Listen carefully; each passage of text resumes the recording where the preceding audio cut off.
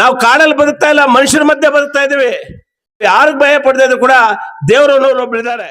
ಅರಣ್ಯ ಇಲಾಖೆಯವರು ನಾಟಿ ಮಾಡಿರ್ತಕ್ಕಂತ ಒಂದು ಸಂಪತ್ತನ್ನ ಕಡಿತಾ ಇದ್ರೆ ಅದು ನನ್ ಸಂಬಂಧ ಇಲ್ಲ, ಅದು ಅರಣ್ಯ ಇಲಾಖೆಯವರು ನೋಡ್ಕೊಳ್ತಾರೆ, ಅದು ನನ್ಗೆ ಸಂಬಂಧ ಇಲ್ಲ ಅಂತಕ್ಕಂಥದ್ದು. ಟ್ಯಾಪ್ ನೀರು ಪೋಲ್ ಆಗ್ತಾ ಇರ್ತದೆ, ಅದು ರಸ್ತೆಯಿಂದ ಗ್ರಾಮ ಪಂಚಾಯತಿ ಅವ್ರು ಬಂದು ಅದು ನೋಡ್ಕೊಳ್ತಾರೆ ಅನ್ನೋದು. ಈ ತರ ಉದಾಸೀನ ಮನೋಭಾವನೆಗಳನ್ನ ಬಿಡ್ಬೇಕು. ನಮ್ಮಲ್ಲಿ ಎಲ್ಲಿವರೆಗೂ ಜವಾಬ್ದಾರಿ ಇರ್ತದೋ ಅಲ್ಲಿವರೆಗೂ ಸಮಾಜ ಒಳ್ಳೆ ರೀತಿಯಲ್ಲಿ ಇರ್ತದೆ. ಎಸ್ಕೆ ನ್ಯೂಸ್ ಮುಳಬಾಗಿಲು ಡಿಜಿಟಲ್ ಸುದ್ದಿ ವಾಹಿನಿಗೆ ಸ್ವಾಗತ. ದಿನಾಚರಣೆಯ ಒಂದು ಅಂಗವಾಗಿ ಸರ್ಕಾರಿ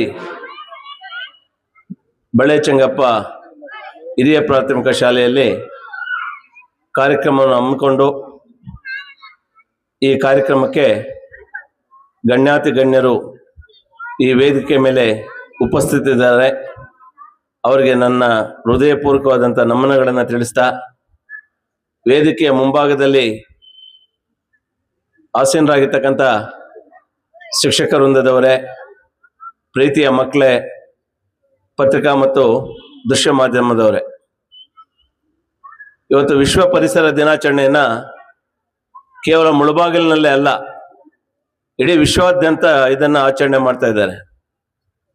ಯಾಕೆ ಇವತ್ತು ಎಲ್ಲ ಕಡೆ ಇದನ್ನು ಆಚರಣೆ ಮಾಡ್ತಾ ಇದೆ ಅಂತ ಹೇಳಿದ್ರೆ, ನಮಗೆ ಪರಿಸರ ಬಹಳ ಅತ್ಯಮೂಲ್ಯವಾಗಿರ್ತಕ್ಕಂಥದ್ದು. ಪರಿಸರ ಎಲ್ಲಿವರೆಗೂ ಚೆನ್ನಾಗಿರ್ತದೋ ಅಲ್ಲಿವರೆಗೂ ಮನುಕುಲ ಚೆನ್ನಾಗಿ ಇರ್ತದೆ. ಯಾಕೆಂದ್ರೆ ಪರಿಸರ ಎಂಬತಕ್ಕಂಥದ್ದು ಅದು ಹದಗೆಡ್ತಕ್ಕಂಥದ್ದು, ಒಳ್ಳೆ ರೀತಿಯಲ್ಲಿರ್ತಕ್ಕಂಥದ್ದು, ಎರಡು ಮನುಜ ಅಂದ್ರೆ ಮನುಷ್ಯನ ಕೈಯಲ್ಲಿರ್ತಕ್ಕಂಥದ್ದು. ಇದು ಮನುಷ್ಯ ಈ ಭಾವನೆಯನ್ನ ತಾಳ್ಬೇಕಾಗ್ತದೆ. ಪರಿಸರ, ಒಳ್ಳೆ ಪರಿಸರವನ್ನು ಕಾಪಾಡಬೇಕಂತಕ್ಕಂಥದ್ದು ಬೇರೆಯವ್ರ ಕೈಲಿಲ್ಲ, ಅದು ನಮ್ಮ ಕೈಯಲ್ಲಿದೆ. ಎಲ್ಲಿವರೆಗೂ ನಮ್ಮ ಮನಸ್ಸುಗಳು ನಿಷ್ಕಲ್ಮಶವಾಗಿರ್ತದೋ ಅಲ್ಲಿವರೆಗೂ ಪರಿಸರ ಒಳ್ಳೆಯ ರೀತಿಯಲ್ಲಿ ಇರ್ತದೆ. ಯಾವಾಗ ನಮ್ಮ ಮನಸ್ಸುಗಳು ಕಲ್ಮಶದಿಂದ ಕೂಡ್ತದೋ ಪರಿಸರವು ಕೂಡ ಕಲ್ಮಶದಿಂದ ಕೂಡ್ಲಿಕ್ಕೆ ಸಾಧ್ಯ ಆಗ್ತದೆ.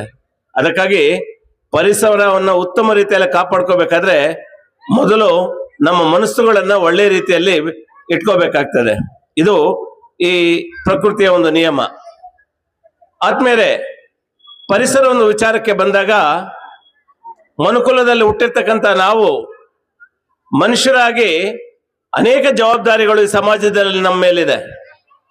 ಇವತ್ತು ಹುಟ್ಟಿದೀವಿ, ನಾಳೆ ಸಾಯ್ತೀವಿ. ಹುಟ್ಟಿದೀನಿ, ಸತ್ತೋಗ್ತೀನಿ ಅಂತಕ್ಕಂಥದ್ದು ದೊಡ್ಡದಲ್ಲ. ಆದ್ರೆ ಹುಟ್ಟಿ ಈ ಪ್ರಪಂಚಕ್ಕೆ ಬಂದಂತ ನಮ್ಮ ಮೇಲೆ ಒಂದು ಗುರುತರವಾದಂತ ಒಂದು ಜವಾಬ್ದಾರಿಗಳಿದೆ. ಸಮಾಜಕ್ಕೆ ನಾವು ಜವಾಬ್ದಾರಿತರಾಗಿ ನಡ್ಕೊಳ್ಳುವಂತ ಅಗತ್ಯತೆ ಕೂಡ ಇವತ್ತಿದೆ ನಮ್ಮ ಮುಂದೆ.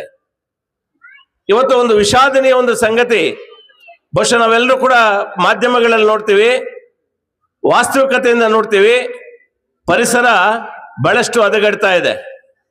ಹಿಂದಿನ ಕಾಲದಲ್ಲಿ ದೊಡ್ಡವರು ಹೇಳ್ತಾ ಇದ್ರು, ಯಾವ ಕಾಲಕ್ಕೆ ಮಳೆ ಬರ್ತದೆ ಅಂದ್ರೆ ಆ ಕಾಲಕ್ಕೆ ಮಳೆ ಬರ್ತಾ ಇತ್ತು.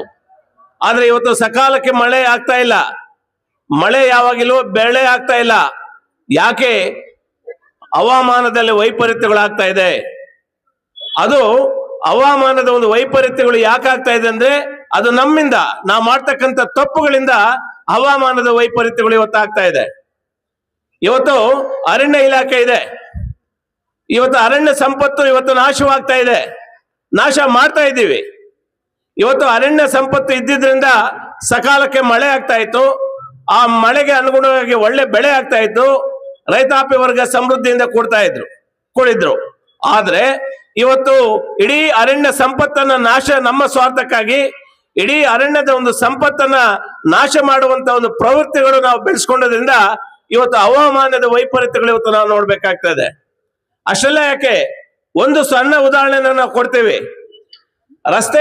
ರಸ್ತೆಯ ಬದಿಯಲ್ಲಿ ಅರಣ್ಯ ಇಲಾಖೆಯವರು ಒಂದು ಗಿಡಗಳನ್ನ ನಾಟಿ ಮಾಡಿ ಅದನ್ನು ದೊಡ್ಡ ಎಮ್ಮರವಾಗಿ ಬೆಳೆದ್ರೆ ಅದರ ಉಪಯೋಗವನ್ನು ನಾವು ಪಡ್ಕೋಬೇಕು. ಏನು? ಅದು ಬಹಳಷ್ಟು ಉಪಯೋಗಕ್ಕೆ ಬರ್ತದೆ. ಮಳೆ ಅದು ಬೇಸಿಗೆ ಕಾಲದಲ್ಲಿ ಒಳ್ಳೆ ನೆರಳು ಕೊಡ್ತದೆ, ಹಣ್ಣು ಹಂಪಲ ಕೊಡ್ತದೆ, ತಂಪಾದ ಗಾಳಿ ಕೊಡ್ತದೆ. ಇಷ್ಟೆಲ್ಲ ಉಪಯೋಗ ಒಂದು ಮರದಿಂದ ಒಬ್ಬ ಮನುಷ್ಯನಿಗಿರುವಾಗ ನಾವೇನ್ ಮಾಡ್ತೀವಿ? ರಾತ್ರೋರಾತ್ರಿ ಅದನ್ನ ಕಟಾವು ಮಾಡ್ತಕ್ಕಂಥದ್ದು, ಮನೆ ಬಾಗಿಲಿಗೆ ಅದನ್ನು ಬಳಸ್ಕೊಳ್ತಕ್ಕಂಥದ್ದು, ಕಿಟಕಿ ಬಾಗಿಲಿಗೆ ಬಳಸ್ಕೊಳ್ತಕ್ಕಂಥದ್ದು ಇದು ಎಷ್ಟು ಮಟ್ಟಿಗೆ ಸರಿ? ನಮ್ಮ ಆಲೋಚನೆಗಳು ಯಾವ ದಿಕ್ಕಿನತ್ತ ಸಾಗ್ತಾ ಇದೆ? ಇವತ್ತು ಸರ್ಕಾರಿ ಏನು ಅರಣ್ಯವರು ನಾಟಿ ಮಾಡಿರ್ತಕ್ಕಂಥ ಅದು ಸೊತ್ತು ನಮ್ಮ ಸೊತ್ತು, ಅದನ್ನ ನಾವು ಕಾಪಾಡಬೇಕಾಗಿರ್ತಕ್ಕಂಥ ನಾವು ರಾತ್ರೋರಾತ್ರಿ ನಾವೇ ಕಟಾವು ಮಾಡ್ಕೊಂಡು ಹೋಗ್ತಾ ಇದ್ರೆ ಅದಕ್ಕೆ ಅರ್ಥ ಏನಿರ್ತದೆ? ಎಲ್ಲಿ ಪರಿಸರ ಉಳಿಲಿಕ್ಕೆ ಸಾಧ್ಯ ಆಗ್ತದೆ? ನಾವು ಯಾವ ದಿಕ್ಕಿನತ್ತ ಸಾಗ್ತಾ ಇದೆ, ನಮ್ಮ ಮನಸ್ಥಿತಿಗಳು ಯಾವ ದಿಕ್ಕಿನತ್ತ ಹೋಗ್ತಾ ಇದೆ ಅಂತಕ್ಕಂಥದ್ದು ಒಂದು ಯೋಚನೆ ಮಾಡ್ಬೇಕು. ನಾನು ಆವಾಗಲೇ ಹೇಳಿದೆ, ಪರಿಸರ ಒಳ್ಳೆ ರೀತಿಯಲ್ಲಿ ಇರ್ಬೇಕಾದ್ರೆ ನಮ್ಮ ಮೇಲೆ ಗುರುತರವಾದಂತ ಜವಾಬ್ದಾರಿಗಳಿದೆ. ಒಂದು ಮೋಟಾರ್ ವಾಹನವನ್ನು ತೆಗೆದುಕೊಳ್ತೀವಿ. ಮೋಟಾರ್ ವಾಹನವನ್ನು ತೆಗೆದುಕೊಂಡಾಗ ವಿಪರೀತವಾದಂತ ಹೊಗೆ ಹೋಗ್ತಾ ಇರ್ತದೆ ಮೋಟಾರ್ ವಾಹನದಿಂದ. ಆ ಹೊಗೆಯನ್ನ ಹಿಂದೆ ಬರ್ತಕ್ಕಂಥ ಸವಾಲು ಅದನ್ನ ಸೇವಿಸಬೇಕಾಗ್ತದೆ. ಅದನ್ನ ತಿಳಿ ಹೇಳಿದ್ರು ಕೂಡ ಅದನ್ನ ಸರಿಪಡಿಸೋದಿಲ್ಲ. ಅದನ್ನ ಹಂಗೆ ಹೊಗೆ ಬಿಡ್ಕೊಂಡು ಇಡೀ ಸಮಾಜವನ್ನ ಕಲ್ಮಶದಿಂದ ಕೂಡುವಂತೆ ಮಾಡ್ತಾ ಇದೀವಿ. ಹೊಗೆ ಬಿಡೋದು, ಆ ಹೊಗೆಯನ್ನ ಕುಡಿದಂತ ಜನ ರೋಗ ರುಜಿನಗಳಿಗೆ ಬಲಿ ಆಗ್ತಕ್ಕಂಥದ್ದು. ಒಂದು ಬಸ್ಸಲ್ಲಿ ನಾವು ಪ್ರಯಾಣ ಮಾಡುವಾಗ ಸಾರ್ವಜನಿಕವಾಗಿ ಸಿಗರೇಟ್ ಅನ್ನ ಅಥವಾ ಬೀಡಿಯನ್ನ ಸೇವನೆ ಮಾಡ್ತೀವಿ. ನೀವು ಒಬ್ಬರು ಕುಡಿತಕ್ಕಂಥ ಬೀಡಿ, ನೀವು ಬಿಡ್ತಕ್ಕಂಥ ಹೊಗೆ ಇಡೀ ಬಸ್ಸಲ್ಲಿ ಇರ್ತಕ್ಕಂಥ ಎಲ್ಲರೂ ಕೂಡ ಅದನ್ನು ಸೇವಿಸಬೇಕಾಗ್ತದೆ. ಯಾಕೆ? ಇವತ್ತು ಉದಾಹರಣೆಗಳು ತಮ್ಮ ಮುಂದೆ ನಾನು ಇಡ್ತಾ ಹೋಗ್ತಾ ಇದ್ದೀನಿ ಅಂತ ಹೇಳಿದ್ರೆ, ನಮ್ಮ ಮನಸ್ಥಿತಿಗಳು ಬದಲಾಗಬೇಕು. ಪರಿಸರ ಚೆನ್ನಾಗಿರ್ಬೇಕಂದ್ರೆ ನಮ್ಮ ಮನಸ್ಥಿತಿಗಳು ಚೆನ್ನಾಗಿರ್ಬೇಕು. ನಾವು ಬಿಡೋ ಒಂದು ಹೊಗೆಯಿಂದ ಎಷ್ಟು ಜನಕ್ಕೆ ಅನಾನುಕೂಲ ಆಗ್ತದೆ? ನಮ್ಮ ಮೋಟಾರ್ ವೆಹಿಕಲ್ ಇಂದ ಹೋಗ್ತಕ್ಕಂಥ ಹೊಗೆ ಎಷ್ಟು ಸಮಾಜದ ಮೇಲೆ ದುಷ್ಪರಿಣಾಮ ಬೀರ್ತದೆ?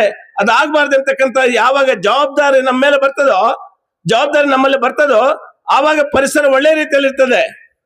ಇವತ್ತು ಸಾಲದ ಮರ ತಿಮ್ಮಕ್ಕನ್ನ ನೋಡಿ, ಸಾಲದ ಮರ ತಿಮ್ಮಕ್ಕನಿಗೆ ಇವತ್ತು ಮಕ್ಕಳಿಲ್ಲ. ಬಹಳಷ್ಟು ದಿವಸ ಕೊರಗದು ಆ ತಾಯಿ, ನನ್ನ ಮಕ್ಕಳಿಲ್ಲ ಅಂತ. ಕಡೆಗೆ ಒಂದು ದಿಟ್ಟ ನಿರ್ಧಾರಕ್ಕೆ ಬಂದ್ಲು. ಮಕ್ಕಳಿಲ್ದೆ ಇದ್ರೆ ಏನು, ಒಳ್ಳೆ ಗಿಡ ನಾಟಿ ಮಾಡಿ ಅದು ಎಮ್ಮರವಾಗಿ ಬೆಳೆಸಿದ್ರೆ ಅದೇ ನನ್ನ ದೊಡ್ಡ ಮಕ್ಕಳು, ಅದೇ ನನ್ನ ಆಸ್ತಿ ಅಂತ ಇಡೀ ಜೀವನವನ್ನ ಪರಿಸರಕ್ಕಾಗಿ ಮುಡಿಪಡಿದಂತ ತಾಯಿ ಇವತ್ತು ಸುವರ್ಣಾಕ್ಷರಗಳ ಆಕೆ ಹೆಸರು ಬರೆದಿಟ್ಟು ಹೋಗಿದೆ. ಅದಕ್ಕೆ ನಾನು ಎಲ್ಲರಲ್ಲೂ ಕೂಡ ಮನವಿ ಮಾಡ್ತಕ್ಕಂಥದ್ದು, ಪರಿಸರದ ಉಳಿವು ಯಾರ ಕೈಲಿಲ್ಲ, ನಮ್ಮ ಕೈಲಿದೆ. ಅದಕ್ಕೆ ಒಳ್ಳೆ ಒಂದು ಮನಸ್ಥಿತಿಯಿಂದ ಇವತ್ತೇನ್ ಮಾಡ್ತೀವಿ, ಬೀದಿ ದೀಪಗಳು ಇವತ್ತು ಉರಿತಾ ಇರ್ತದೆ. ಅದು ನನ್ನ ಕೆಲಸ ಅಲ್ಲ, ಅದು ಯಾರು ವಾಟರ್ ಮ್ಯಾನ್ ಬರ್ತಾರೆ, ಅದು ಟ್ಯಾಪ್ ನೀರು ಪೋಲ್ ಆಗ್ತಾ ಇರ್ತದೆ, ಅದು ರಸ್ತೆಗೆ ಹೋಗಿ ಅದು ಬಹಳಷ್ಟು ರೋಗ ರುಜಿನಗಳಿಗೆ ಕಾರಣ ಆಗ್ತದೆ. ಅದು ನನ್ನ ಕೆಲಸ ಅಲ್ಲ, ಯಾರೋ ಗ್ರಾಮ ಪಂಚಾಯತಿ ಅವ್ರು ಬಂದು ಅದು ನೋಡ್ಕೊಳ್ತಾರೆ ಅನ್ನೋದು. ಅಥವಾ ಯಾರೋ ನಾವು ನೋಡ್ದಂಗೆ ಏನು ಈ ಸರ್ಕಾರಿ ಇವರು ಅರಣ್ಯ ಇಲಾಖೆಯವರು ನಾಟಿ ಮಾಡಿರ್ತಕ್ಕಂಥ ಬದಿಯಲ್ಲಿ ನಾಟಿ ಮಾಡಿರ್ತಕ್ಕಂಥ ಒಂದು ಸಂಪತ್ತನ್ನ ಕಡಿತಾ ಇದ್ರೆ ಅದು ನನ್ಗೆ ಸಂಬಂಧ ಇಲ್ಲ, ಅದು ಅರಣ್ಯ ಇಲಾಖೆಯವರು ನೋಡ್ಕೊಳ್ತಾರೆ, ಅದು ನನ್ಗೆ ಸಂಬಂಧ ಇಲ್ಲ ಅಂತಕ್ಕಂಥದ್ದು. ಈ ತರ ಉದಾಸೀನ ಮನೋಭಾವನೆಗಳನ್ನ ಬಿಡ್ಬೇಕು. ನಮ್ಮಲ್ಲಿ ಎಲ್ಲಿವರೆಗೂ ಜವಾಬ್ದಾರಿ ಇರ್ತದೋ ಅಲ್ಲಿವರೆಗೂ ಸಮಾಜ ಒಳ್ಳೆ ರೀತಿಯಲ್ಲಿ ಇರ್ತದೆ. ಅದಕ್ಕಾಗಿ ನಾವು ಯಾವತ್ತೂ ಕೂಡ ಜವಾಬ್ದಾರಿತರಾಗಿ ಬದುಕಬೇಕು. ಸಮಾಜಕ್ಕೆ ನಾವು ಯಾರಿಗ್ ಭಯ ಪಡದೇ ಇದ್ರು ಕೂಡ ದೇವರು ಒಬ್ರು ಇದ್ದಾರೆ, ದೇವ್ರಿಗೆ ಭಯ ಪಡ್ಬೇಕು. ನಾವು ಕಾಡಲ್ಲಿ ಬದುಕ್ತಾ ಇಲ್ಲ, ಮನುಷ್ಯರ ಮಧ್ಯೆ ಬದುಕ್ತಾ ಇದೀವಿ. ಸೊ ಹಾಗಾಗಿ ನಾವು ಸಮಾಜಕ್ಕೆ ಜವಾಬ್ದಾರಿತಾಗಿ ಬದುಕಿದಾಗ ಮಾತ್ರ ಈ ಒಂದು ಒಳ್ಳೆಯ ರೀತಿಯ ಒಂದು ಪರಿಸರವನ್ನು ಕಾಪಾಡಲಿಕ್ಕೆ ಸಾಧ್ಯ. ಆ ನಿಟ್ಟಿನಲ್ಲಿ ಇವತ್ತೆಲ್ಲರೂ ಕೂಡ ನಾವೆಲ್ಲರೂ ಕೂಡ ಒಂದು ನಿರ್ಧಾರ ತಗೊಳ್ಳೋಣ. ಇವತ್ತಿಂದಲೇ ಉತ್ತಮ ಪರಿಸರವನ್ನ ಕಾಪಾಡಲಿಕ್ಕೆ ನಮ್ಮ ಕೈಯಲ್ಲಾದಂತ ಒಂದು ಏನು ಅದಕ್ಕೆ ಅನುಗುಣವಾಗಿ ಬೇಕಾಗಿರ್ತಕ್ಕಂಥ ಕ್ರಮಗಳನ್ನ ಕೈಗೊಳ್ಳೋಣ ಅಂತ ಹೇಳಿ ನಾವು ಇವತ್ತೇ ಒಂದು ದಿಟ್ಟ ನಿರ್ಧಾರವನ್ನು ತಗೊಂಡು ಉತ್ತಮ ಪರಿಸರವನ್ನು ಕಾಪಾಡೋಕೆ ನಾವೆಲ್ಲರೂ ಕೂಡ ಪ್ರಯತ್ನ ಮಾಡಬೇಕು ಅಂತ ಹೇಳ್ತಾ ಈ ಒಂದು ಕಾರ್ಯಕ್ರಮ ಕರೆಸಿ ಒಂದು 4-6 ಮಾತು ಹೇಳೋದಕ್ಕೆ ಅವಕಾಶ ಕೊಟ್ಟಂತ ತಮ್ಮೆಲ್ಲರಿಗೂ ವಂದಿಸಿ ನನ್ನ ಮಾತನ್ನು ಮುಗಿಸ್ತಾ ಇದ್ದೆ.